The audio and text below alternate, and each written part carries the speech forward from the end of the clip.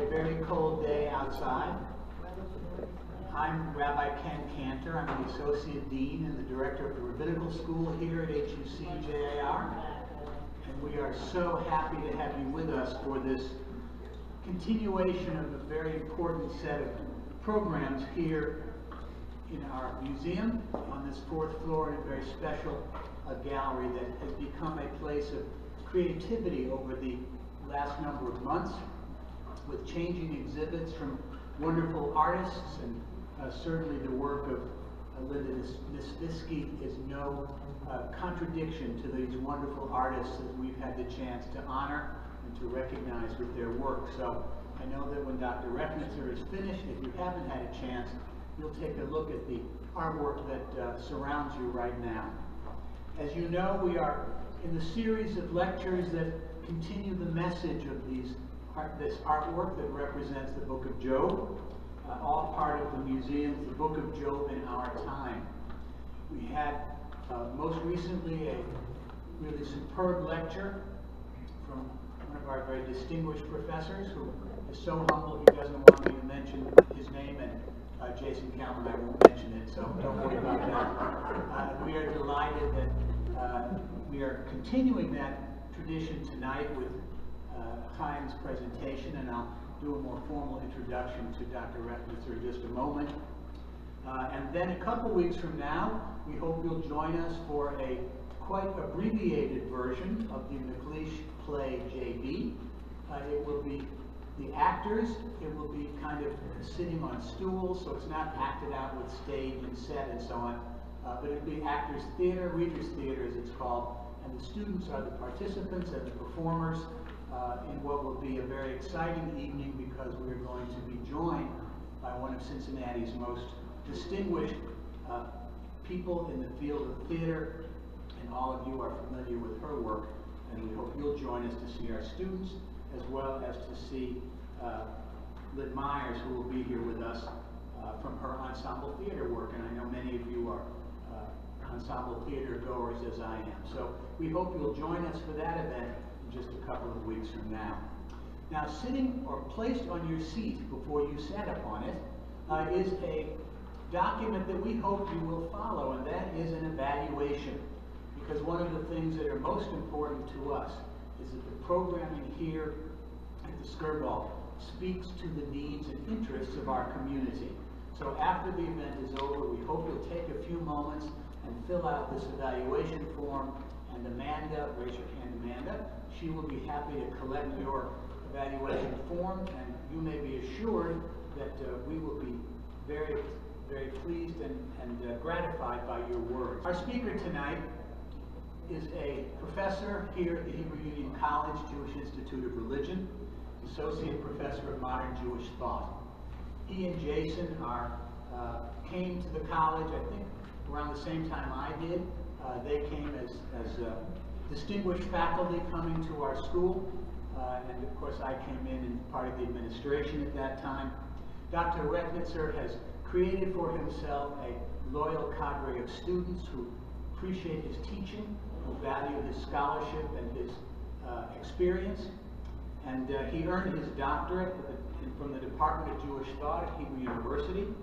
He received his ordination from the Hebrew Union College Jewish Institute of Religion in Jerusalem, and he comes here doing research involved with Hebrew poetry, theology as found in Hebrew poetry, Israeli theology, and Jewish education. He's written a number of books, and let me mention them to you. The first one is entitled Prophecy in the Perfect Political Order, the Political Theology of Leo Strauss. The second one is entitled Songs of the Third Exile. And his newest book, which is pronounced Shibboleth, and that's a very important word to know if you can pronounce it or not, and he can discuss that with you later if he chooses to. If you can't, please sign up on the form and you're one of those groups. No, that's not nice. Anyway. Yeah, Yiddish, right. Exactly. So the point being that he has published numerous articles in the field of political theology and philosophy of education, Hebrew poetry, so many areas. His scholarship is as wide-ranging as his interests. He is here with his wonderful wife, who is just as talented as he is, and his son, where they go? Oh, sitting sort of near the back. All right, anyway, we're delighted that they are here representing his family. And Dr. Rechnitzer was a faculty member at Franklin and Marshall College in the Department of Religious Studies and Jewish Thought. So without any furthermore my taking his time, welcome our distinguished speaker for tonight, our professor and teacher, that is Dr. Haim Rechnitzer.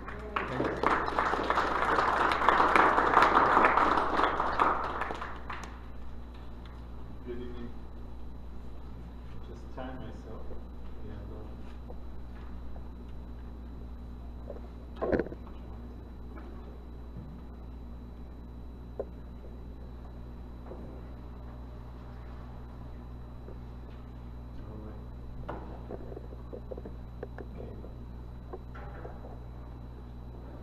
Our theme today, I will try to divide into two. We're all gathered here to discuss the book of Job, but as you can see, I divided it into two. Between the binding of Isaac and the sacrifice of Job. And when we look at Hebrew poetry, modern Hebrew poetry, we will see that these are competing themes.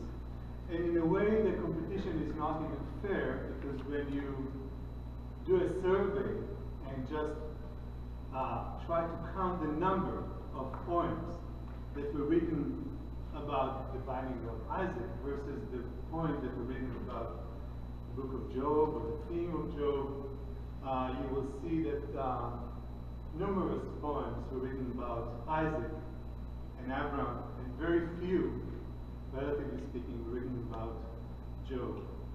And we will see those few are selected among them, but the selection was not that hard. It was not that hard to find them, and it was not that hard to choose. It was not the case with the binding of Isaac. And I think that that will be part of our theme today, and that will give us a window to Israeli culture, and maybe even to the question about the book of Job in Israeli culture. And if people were here for the lecture of Professor Karman, you could start and compare between the two cultures, the Jewish culture outside of Israel versus the Jewish culture, Israeli culture in Israel, and the theological questions that these cultures are asking. So we will start, and another thing, you could see that I wrote explored in secular Hebrew poetry. We will discuss it a little bit, but I don't want to take too much time. We are not discussing religious poetry written by religious pious people. From a sociological point of view, we are discussing poetry that was written by poets that are living their lives as secular people. They are not committed to any religious denomination. They don't live their lives as religious people. They don't visit temples, synagogues, and the like. They don't live their lives as religious people. However, they do engage in theological discussion. And it's very important that they were either labeling themselves as secular in that way, or being labeled as secular, but that doesn't mean that their poetry is not steeped in with theology or contemplation about God, about the sources, about the Bible, about these existential questions, about the divine. So that's why I put the secular in this way. Let's just see if I can work this. Okay. Before we start, we have to set the stage.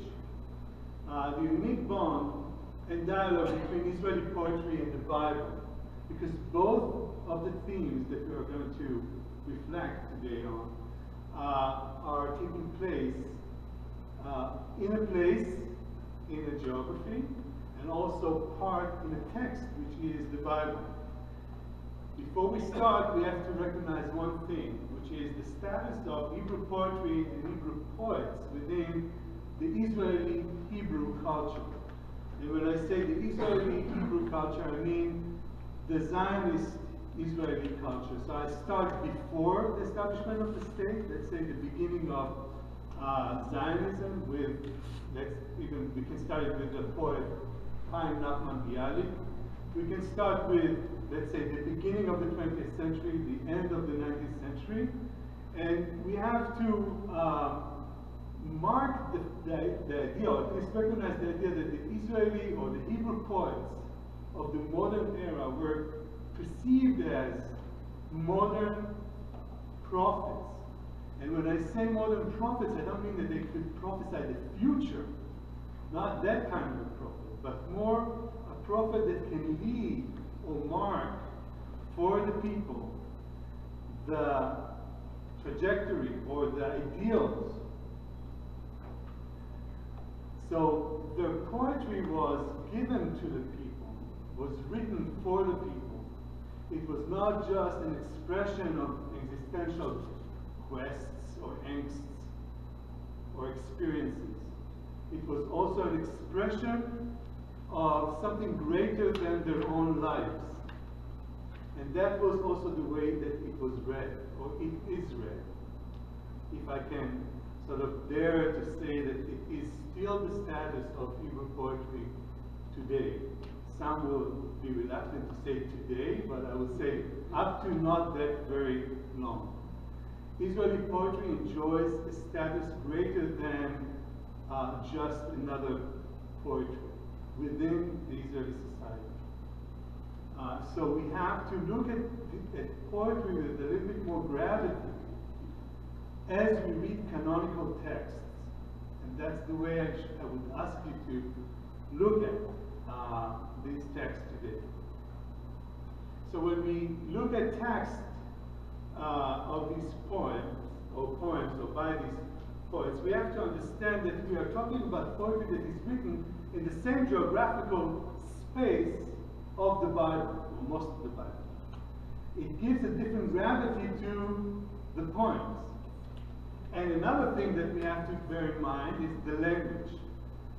The modern revived Hebrew, yes, it is modern and revived Hebrew, but still it echoes into the ancient layers of Hebrew. And that means that the toolbox of the poet is much richer. So you can evoke memories that echo back 3,000 years in one poem, in one word. It's a very powerful thing to have. Okay, I want to speak now very fast. I'm just shifting it for people can't see. Okay, I'm sorry. By the way, all the poems you will have in the handout, so even when we read something here, which will be on the board. Now we will have a little bit. It's okay. We will have to change it a little bit down. Yes, that's fine. Okay. All right. We might need to. Oh, sorry. Try to help. It's all right. Doesn't matter. Doesn't matter. We'll keep on. Time is over this. Okay. So. Let me move this. It's more important, but I didn't want that. Okay, we're here. Okay. What we're going to look through is several moments in the relation to the binding of Isaac. Once we will be done with that, we will move to our second part of the lecture. In regard to the binding of Isaac, we can identify three moments, I would say, at least. At least here we have three moments. The collective Zionist experience, and we have here samples of two poets and two poems by these two poets. We will read them together. The collective Zionist experience as is expressed by the ethos or the myth of binding of Isaac, the rebellion against this collective Zionist experience. Again, two poems. And then you have in your handouts, two other poems which we will not discuss, but I felt compelled to give you for your further reading, if you would like. It's a different kind of connection or relation to the binding of Isaac, I wrote here father and son experience or psychological experience. It's for your own further reading. Let's maybe start with the first two. So we will read from part of a poem written by a poet named HUC-JIR. HUC-JIR, I don't have time. You have on your handouts a short, very short, brief bio. You can also Google his name and find a little bit more. I try to have a very concise bio so you'll know something. It will not be completely out of the blue. We're going to read a short, almost paragraph cut from a long poem named Masada. In this poem, he's describing a journey. Masada, after the name of Metzada, the mountain, a journey, I would say, a Zionist myth and ethos of ascension to the mountain, or a call for ascension to the mountain, to accomplish the Zionist dream. And in this poem, he's expressing this is a short part of one moment in this tribe that the young Zionist generation is taking upon himself, at least is called to take upon themselves. We are all bound here together, and with our own hands we brought the wood here. Sorry? You have it in your handouts. It's the first on the first page. And don't ask if the sacrifice will be accepted. A stone did not birth us, brother. Certainly there is a father who has so willed. Certainly there is a mother who will not forget us. Therefore, let's bear our neck on the altar in silence amongst ourselves. Now, amongst ourselves doesn't translate good enough because it's one word in Hebrew. It's like a call to the flag. It's two words in English. It's hard to get it. But I want to highlight, underscore a few things in this very short sort of window or crack that I opened for us for London, and to emphasize one thing or a few things. Third line here in the slide. Don't ask if the sacrifice will be accepted, which means we are called regardless. We don't even know, we are not sure, yet we will do that. And the fact that certainly there is a father, it's not my father. And if you recall the binding of Isaac, my son, father, father, if you go back later and read in Genesis, this very intimate discussion between father and son in the journey to the mountain. Here it's a father. Certainly there is a mother. Is there a mother? Is there a father for this young generation that is called to the flag, to the quest, to the Zionist mission? But nevertheless, they are called and they are going to sacrifice themselves. They are called for this mission. They are called for these ideals. They are all drafted for the cause. They are ready to bind themselves. They trust there will be a father. Here we see how the binding of Isaac is serving the national quest and the national ethos that has to be supported by, or is supported by, the religious myths or the religious memory and the biblical memories. If we look at Haim, which is another generation, a younger generation, the pre-state generation, the generation of he's still with us, Haim, still active, still writing, still publishing, but Haim is, as you can see, is the generation of those who fought for the establishment of the state and fought other wars as well. and maybe the quintessential poet of the War of Independence. And again, he is taking the binding of Isaac and not playing with it, but working with it again to weave the binding of Isaac into the Zionist ethos. And if you read the poem, you can see, maybe I will do it shortly. I'm just looking. The ram came last of all, and Abraham did not know that it came to answer the boy's question. Now it was the boy's question and not the boy's quest or request. It was a question. The first of his strength when his days was on the way. Now, if we will go further, if we will go further into the text, the old man, the second stanza, the old man raised his head, seeing that it was no dream. The whole mythological story is for real. It was no dream. So we are now reading the Bible as a reoccurring story engraved in reality. And moving forward, one before the end, Isaac, as the story goes, was not sacrificed. We all know. He lived for many years. But if you go to the last stanza, but he bequeathed that hour to his offspring. They are born with a knife in their hearts. So that truth, that reality of the binding of Isaac in the Bible, the myth, is alive as a scar in the genes of every generation.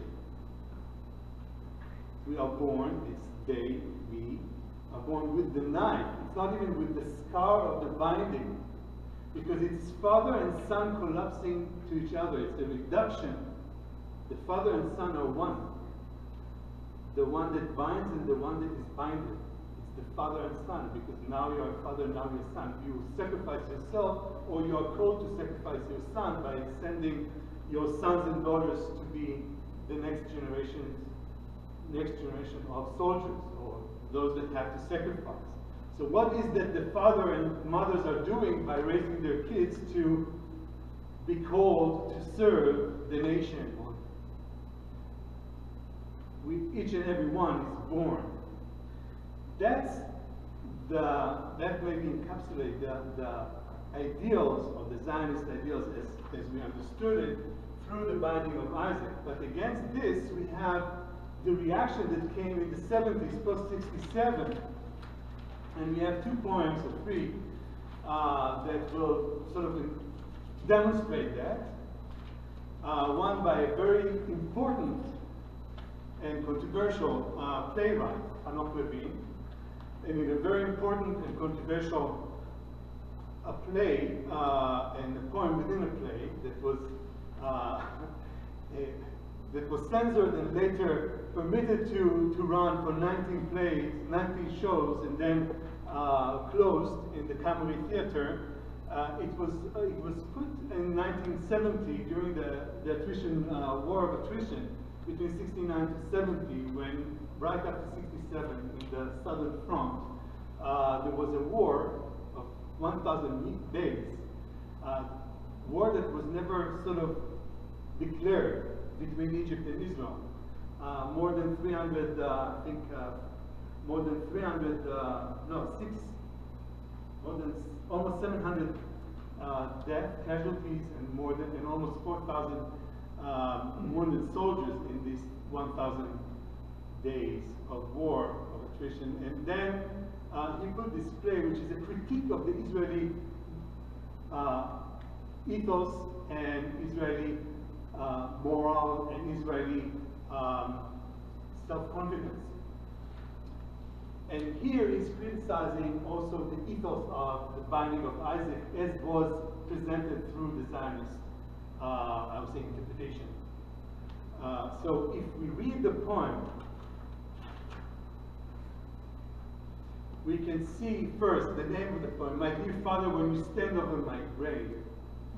By the way, it was sung. It's a play, and it's like a Broadway show. So all those were sung. This is a song that is sung by the son. My dear Father, when you stand over my grave. I will jump just because of time. I think that we should move forward to the third stanza. So let your eye cry on my eyes, and don't keep silent for my honor's sake. Something that was more important than honor now lies at your feet, Father. And do not say you made a sacrifice, for I was the one sacrificed. So he's refusing to continue the story. He's not continuing the story. I'm jumping to the end, the very end of the poem. My dear Father, when you stand over my grave, tired and old and very solitary, and you see how my body is put in the dust, ask them my forgiveness. My forgiveness. This is the new generation of Israelis that are tired to be born with a knife in their hearts. That's the end of it in 1970. Now, if we go to Raya Harnik, when she writes the poem that she writes in 1982, right during the first, now nobody remembers that. Well, Claire and I were soldiers then, we were just drafted to the army, 1982, the first Lebanon War. The first Lebanon War, nobody remembers it. My students were not born then. I think it's so funny to think of it. But she wrote this. And this is a very strong and simple poem. And she writes, I will not sacrifice my firstborn as an offering, not I. And at night, God and I reckon with each other what is due to whom. I know and I'm grateful, but not my son, and not as an offering. It's very straightforward and very strong, and and it echoes the very sentence from Genesis where Abraham is saying, and Abraham said, this is Genesis 22:8, and Abraham said, God will provide himself the lamb for a burnt offering. So if he will, she will not. She will not. That's it. So we came full circle in 82, undoing what Lamdan has started. What, let's say, the Zionist ethos has started. And the whole conversation was through the binding of Isaac. And it's only 82. We're not doing this tour to 2014. Believe me, we could. Simply don't have time, and it's only the binding of Isaac. We didn't start the book of Job, which we will do right now. Okay. So this is the second part. We can read. If there are burning questions on this part, I will take one short question before we move to the book of Job, but I have to keep time. So just if there's something that you didn't understand, not a discussion, we will have discussion later, but if there's something that I read too fast or something was not clear, any clarification or comments that will help us to understand. Yeah. One thing, you didn't mention that Raya's son was killed in the war. Yeah. I did mention it. It has to do with you're right, and thank you. Sometimes it has to do with my methodology regarding interpretation. I'm trying to not bring too much from the personal to the interpretation of the text. I think the text can stand regardless. But you're right. It's also important. And in the sense, it didn't help her. In this sense, she already did offer. It was taken. Okay, the book of Job can be divided to two kinds of poems, and this is really my division, I mean, it's really rough. You can do more, you can get into more poems and divide it a little bit more gently. But there are those poems that indeed respond to the Holocaust, and there are very few and far between, and it will be not that impressive. If I will have to give a lecture on that, we can do it. But that will not be the strongest impressive lecture on Hebrew poetry. And I hope that we will have time to discuss and ask why.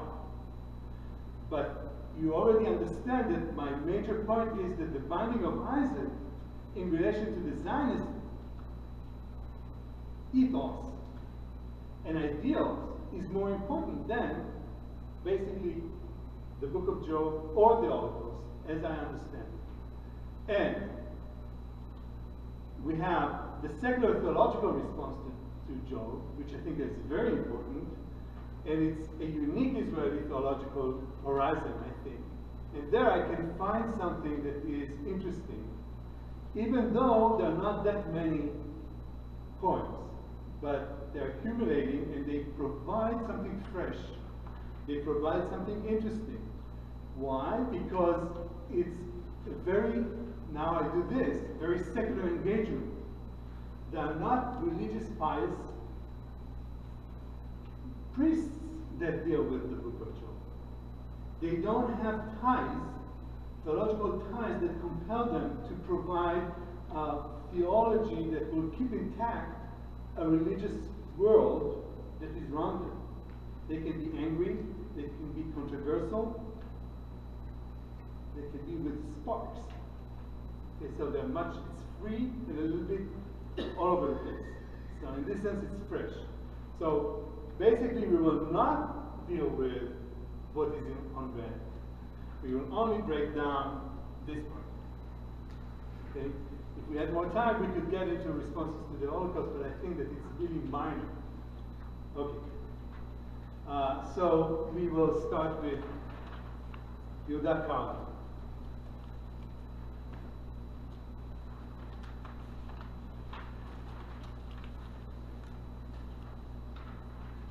So this is part B of a poem, a longer poem.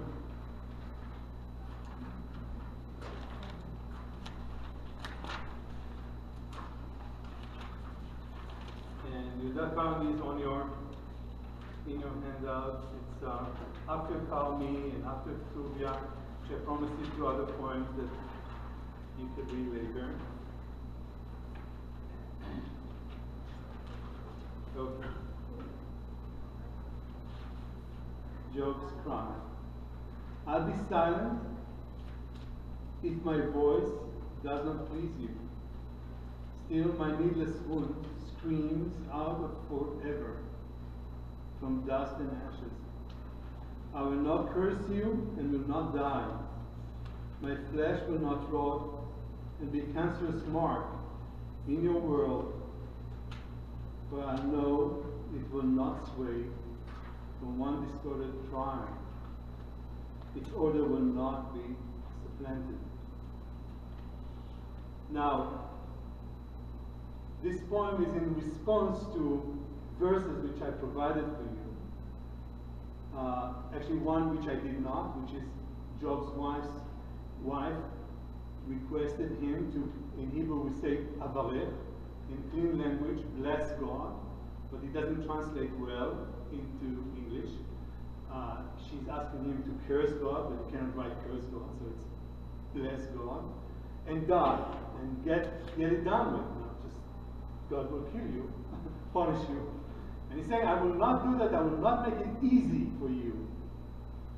I will stay like a thorn in your throat, in a sense, in your world, as a testimony for your cruelty, or you'll decide for what. But he's saying here, my flesh will rot in a sense forever and ever, because I will not disappear. I will be a reminder constantly. Although your world is a constant and it will not sway, I mean, your order is fixed. I understand that because we read the book of Job and we know that after the revelation in chapter 40, 41, God is so mighty and fixed and putting the rules and everything in. Okay, but my standing, my refusal to curse you, will make me stand forever and ever in front of you. And that will be my mission. And therefore, I will stay here. I cannot change anything. And this is the greatness of Job. I know that I cannot change anything. The only thing that I can do is to stand in protest. To stand, that's all. And standing before God, against God. It's not in a dialogue with God. No dialogue. The dialogue is done. God was seeking a dialogue throughout the book, maybe. He's asking for revelation. He's asking for God to come for a trial. This is post-trial. It's done. There's no need for trial. Who is put on trial every moment is God, maybe, by Carney's standing. He is the testimony for God's actions. And by standing, you can always decide who is right and who is wrong. That's his mission. So, if you look at for example, chapter 42, if you read again chapter 42 in the book of Job, you understand, because he said, yeah, I know that thou canst do everything, and I know that you're so great. I know that you're the mighty God, and therefore, I know my place. But then what? And that's the core of this point, is this refusal. Refusal to go away or to disappear. And that's the only strength of human being in front of God Almighty. And therefore, the word I repent is not exactly I abhor my words, and repent is not nichamti alafar. On what are you repenting? On dust and ashes. If we stop and say I repent, we think that he agreed with God. I repent on dust and ashes. How do you understand what it means to repent on dust and ashes? Don't put the comma there. That's what I repent. That's what I repent. I stay with dust and ashes. That's what I repent. Feel the dust and ashes in your mouth when you say I repent. Maybe then you will read again the point. Let's go to another poet, younger one, a more revolutionary one, Natan Zaf, still with us, still writing poetry. He has his collected works. I think it was published 4 years ago. Now he has another volume published. Amazing and prolific. But we read more earlier poems by Natan Zaf. I think that he's a post-independent, as you can see, post-independent poet, and indeed who changed the face of Hebrew poetry in the 50s, 60s, we can say now, 70s, 80s. He's really one of the most famous poets in Israel today as well. But the name of the poem we're going to read, one back. As for man, his days are as grass. By the way, the whole poem, only verses. The whole poem is built from verses from the Bible. The whole poem, okay, either from Psalms or from the book of Job. So, what we see in front of us is a breakdown of a poem that is cutting the verse. Alright? So, it's not a parody. It's just cutting the verse in a way that will encourage us to rethink the Bible. If we thought that we are secular, in a secular poetry, indeed we are, but it's a different kind of what we might think of secular engagement. But before we do that, I would like just to say something about this, or at least to read. We are talking about this, the first sentence is from this psalm. So I wanted us to understand what is the context. The context is, as for man, his days are as grass, is coming from these verses that preceded it. Like as a father, this is God is saying to us, like as a father that has compassion upon his children. Okay, read the first, if you see the blue one. And then, for you know our frame, you remember that we are dust. Okay, so God is in compassion.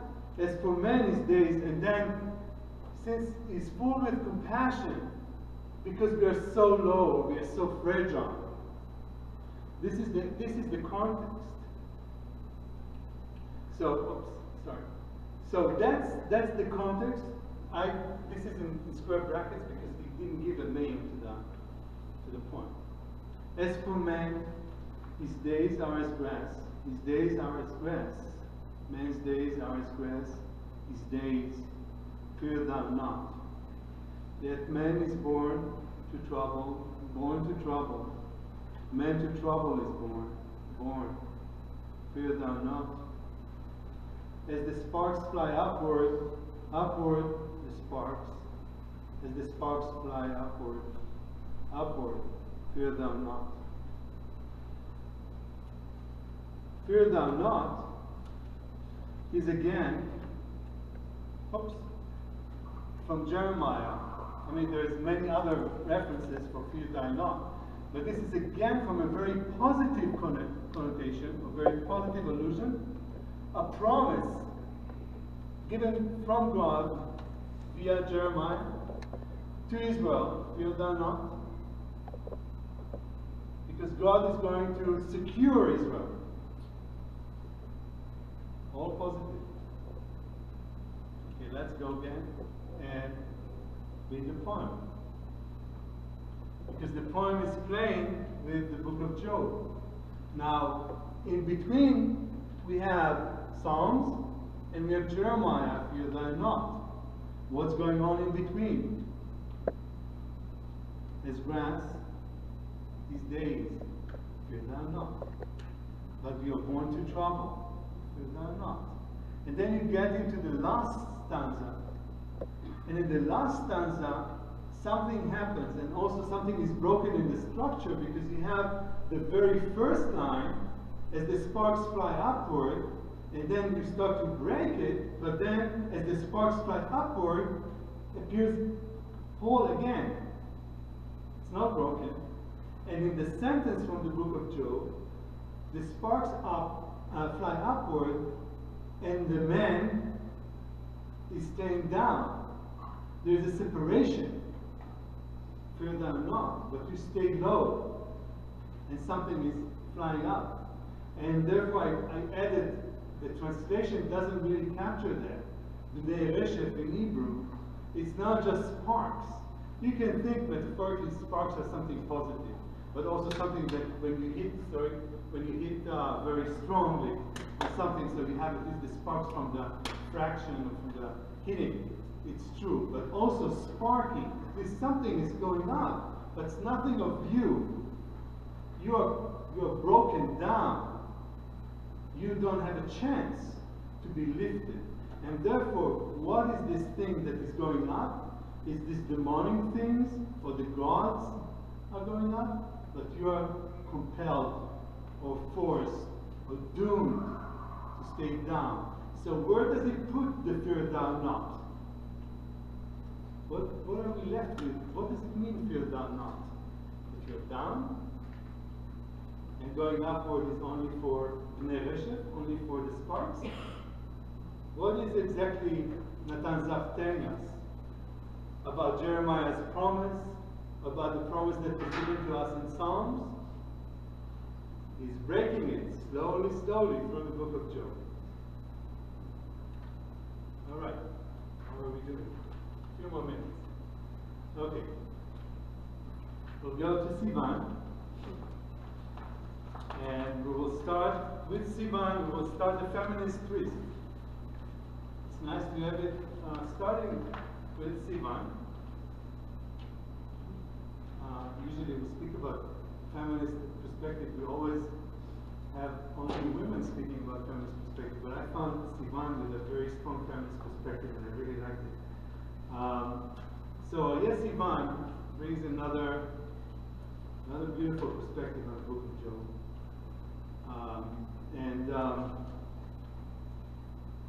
Let's look at that poem. While still wrestling with God, and struggling with the three friends, the three wives checked in on him. The wives of Eliphaz, and of Bildad, and of Zophar. From the ruined house, a voice whispered to them, "My flesh of brass, my strength is not of stones," the man said. They feed him fruit conserves, and give him apple juice, and scratch him with skillful fingers, calming his boiled skin. "For God's sake, Job," they whispered, "don't give up."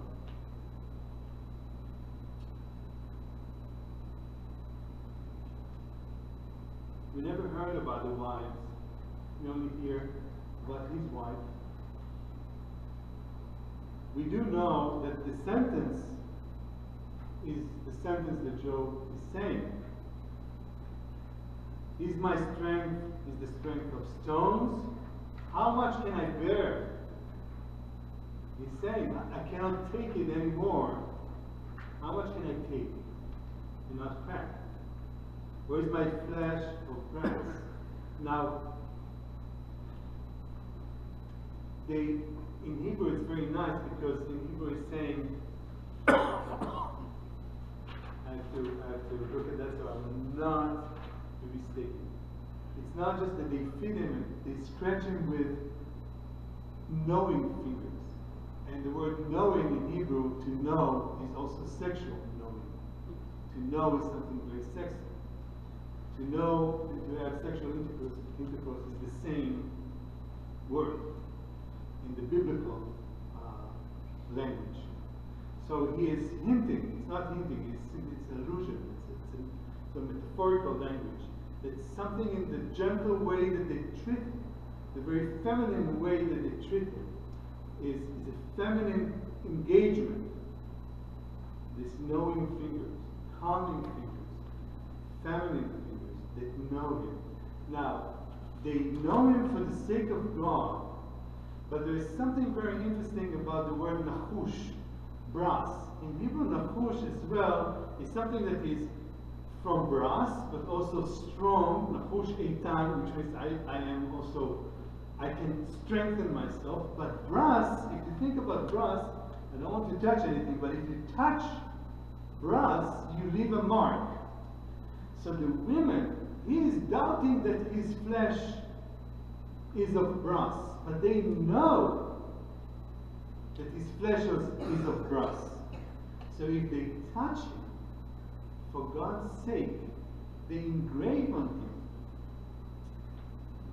They not just encourage Job to stand there for God. They're not just pious women. They have an impact on the process. It's a hidden voice that was completely blocked from the story, entering through Job by, for God's sake. Now, who needs the help here? Of course, God needs the help. Job is fighting, or the women are fighting for God, because the whole struggle became now reversed. It's not for God, it's not for Job, it's for God. And it's not for God only, it's for God that will be now determined by the knowing fingers of the women. So the fate is now in the hands of these three women. In opposition to the three friends that were not speaking according to the book itself and according to the revelation of God. God's speech is that the three friends were not speaking correctly about the theodicy, or about justice. So the women apparently did. Okay. Now we go to Maya Bejerano. Another perspective, and maybe the last. I think that we maybe exhausted so anyway. You have another sort of a sermon there by Dan Pakis, another important poet, but maybe we'll leave it to the discussion. So with Maya Bejerano, we have another strong theological take on the book of Job. It's part of a whole cycle of poems, which is hymns of Job.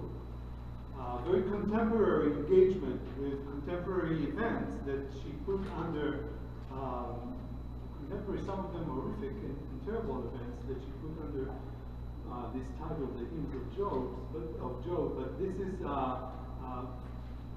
title 16, which refers to verse 16, Job 38, 16, which I didn't just put here, that you have in the handouts. It's actually in the poem itself. In the end of the poem, she cites this verse, this very verse. So whoever reads the poem ends up with verse 16 in chapter 38. And she calls the poem 16. So it's not just me sort of providing this information. And so now just look at the verse. Hast thou entered into the springs of the sea?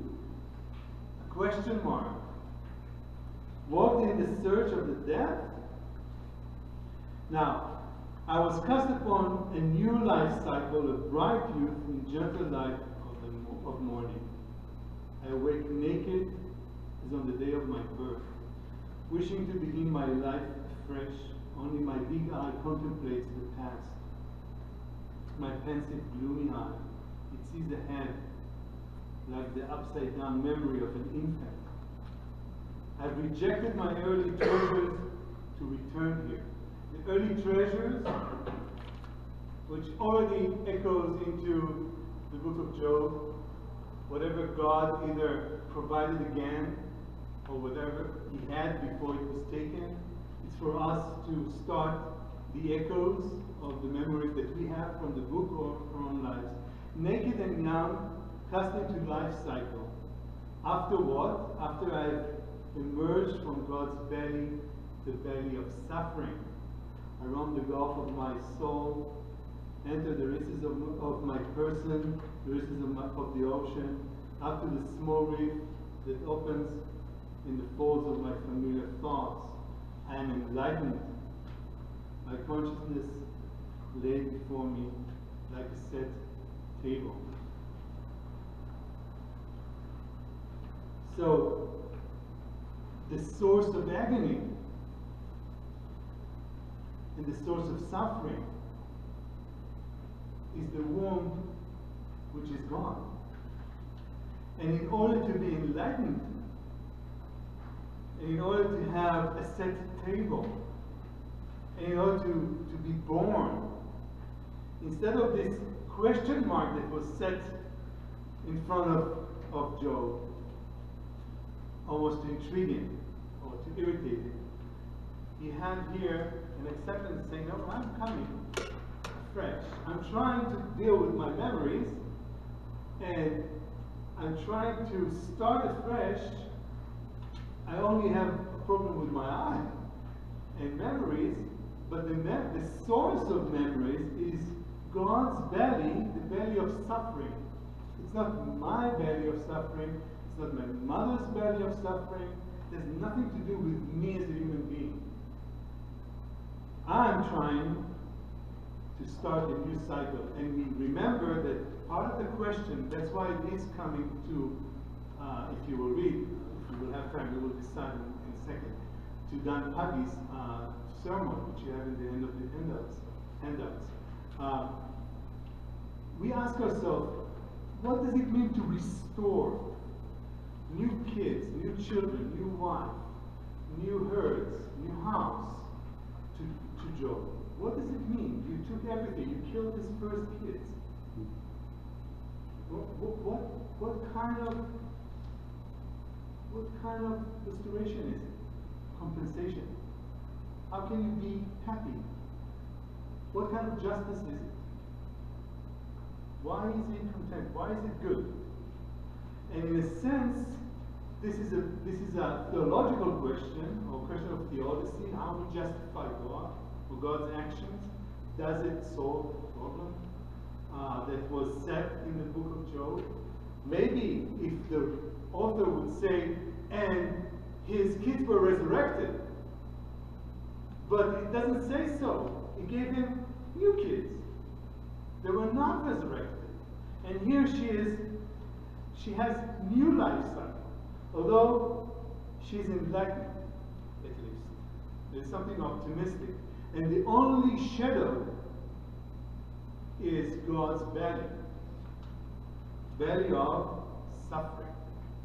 His suffering that we have to get rid of. So the suffering is not in man, the suffering is coming from the divine.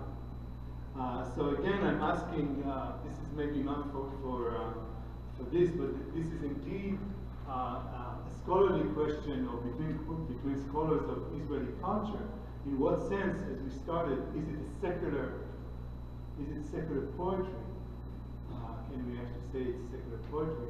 It's a very theological discussion with the Bible, with theological themes, with God. It's a very daring discussion, it's a very deep discussion, and we only had less than 50 minutes to have really a glimpse of this discussion.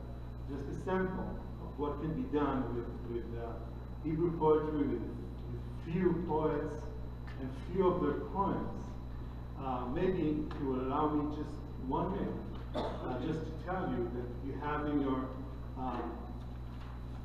handouts, Dan Pagis, another very important poet and scholar. And he wrote this sermon only. I put it in different colors. Of course, it's not written in different parts. But I think it is nicely connected. I will leave it as is. I don't want people to be too tired or stretch it too much. Just be aware that it's there. I think that you will enjoy it if you'll have the time. And we can take questions from here. Discussion as time permits. Thank you.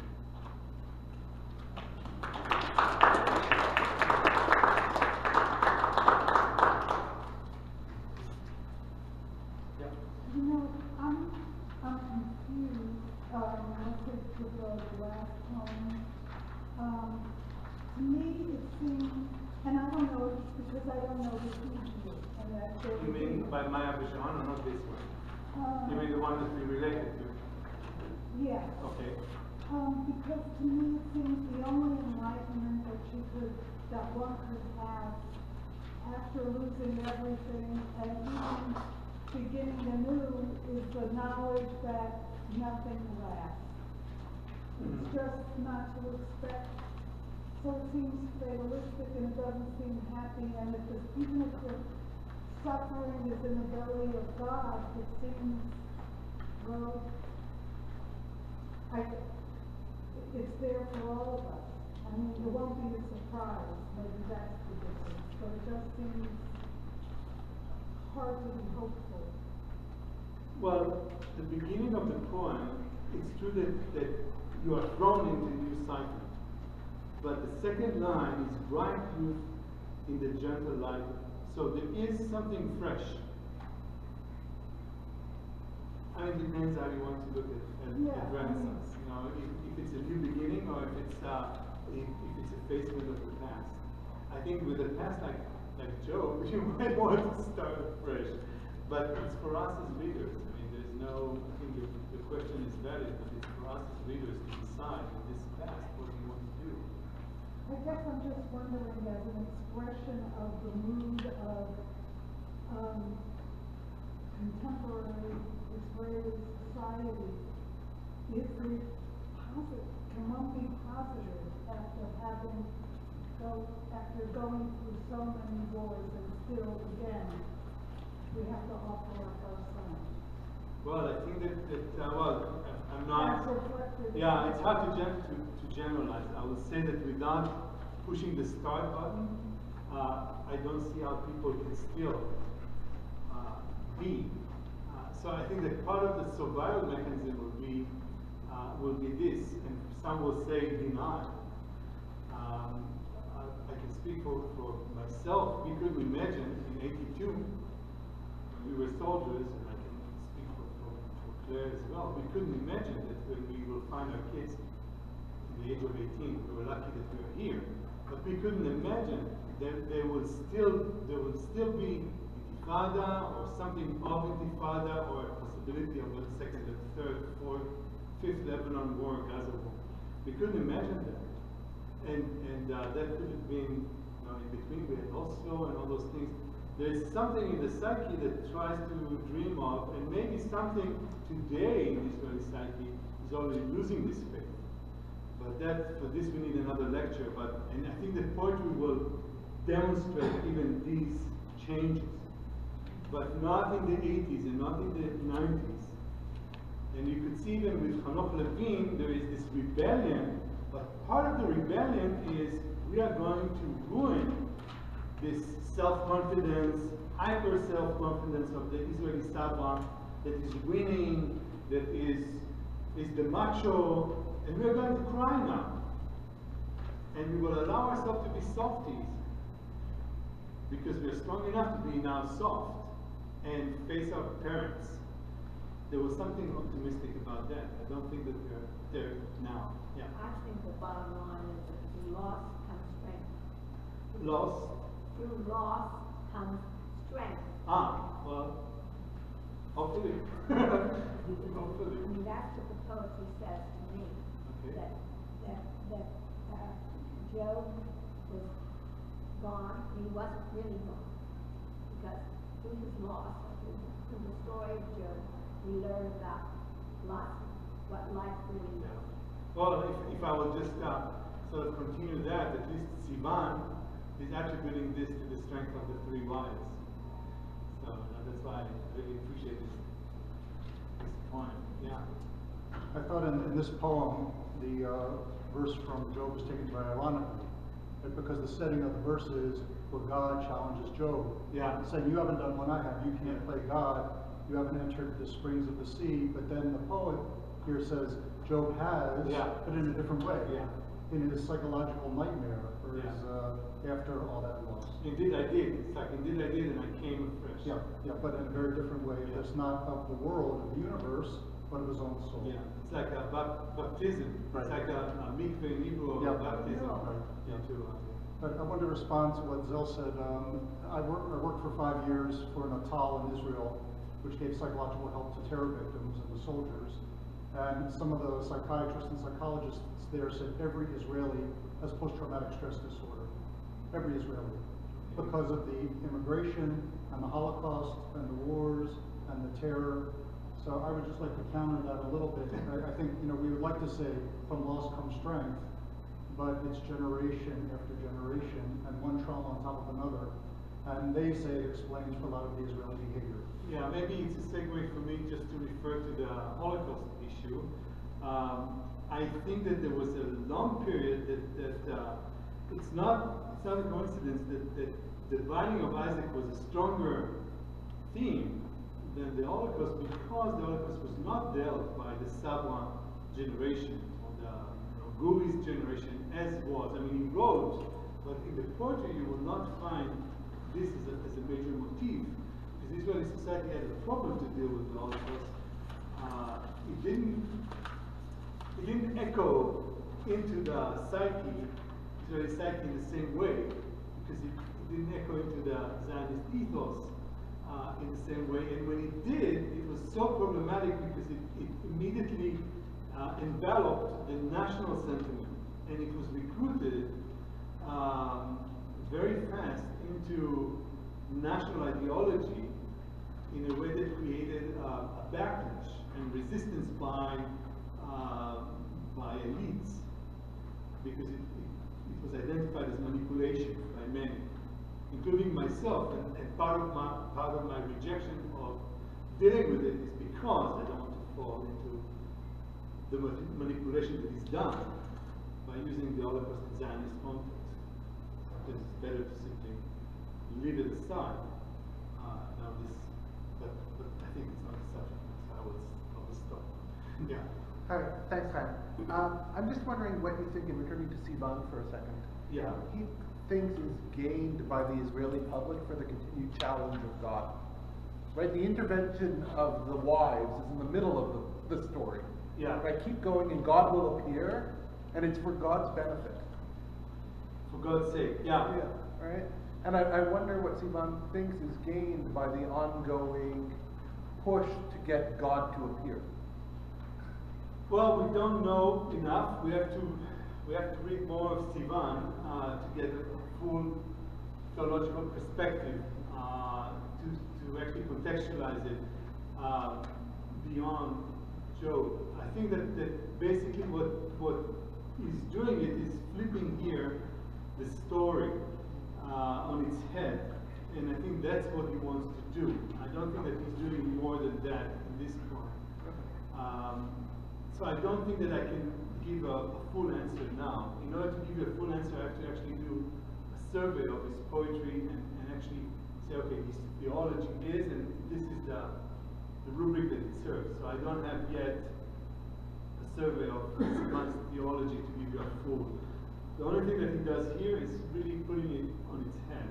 And what he does is actually bringing the human, I think, the idea is not just flipping the story on its head. God is now the fragile element, not just Job, but also the women are the determining factor on the outcome through Job by scratching on Job, Right. determining his. But it's also an interesting challenge between women. Between his wife. Right, his wife tries to Yeah. end it. His wife. Right, he's got the foolish wife and they've got the foolish husband. Yeah, that's true. We didn't continue. We're still waiting for, he's still with us, but he didn't write more of that. We could wait for a second or third poem. It's not a cycle of poems. We only have one. A second addendum. Yeah. That's part of the problem. As I started, we don't have a very developed, as I could do with Finding of Isaac, we don't have a very developed amount of poetry that I can set. Let's say if I could write more than a paper, 2 papers top, I couldn't write more than a chapter in a book based on the poetry. Maybe if I do a really search, but then I will find less established poets, and then the question of value will become an issue. Would you go more deeply into that last verse that the gentleman asked about? If from their point of view, if Job gives up, what will that do to God? Well, it is for them, if he gives up, actually also in the story, I think in the original biblical story, because it is a trial for God himself, because God is saying to Satan, have you seen my servant Job? He's proud. So the trial is basically on his example. He's proud that he has such a great disciple. So in a sense, the stakes are very high for God himself, even in the setting in the biblical story. So in this sense, everything is following very straightforward the biblical story again as well. So God will not win. If you take the prose, Okay. prose and developing prose, God doesn't come up very well. I mean, in the ancient story, with him saying, okay, he's a perfect man, and the satanic figure saying, just make him perfect. I mean, when you learn that he is perfect, God knows he's perfect, and he still sends all this anguish to him. Maybe it has something to do with that. It might, although God knowing never stopped him from trying as well in the Binding of Isaac. The trial is always something that God is executing. So His all-knowing never stopped him from sort of opening the accordion of time for human beings. So apparently it doesn't stop us from making decisions. But that's a big philosophical question, God all-knowing and us being able to say no. think that we can allow people to leave some point. So I'd like to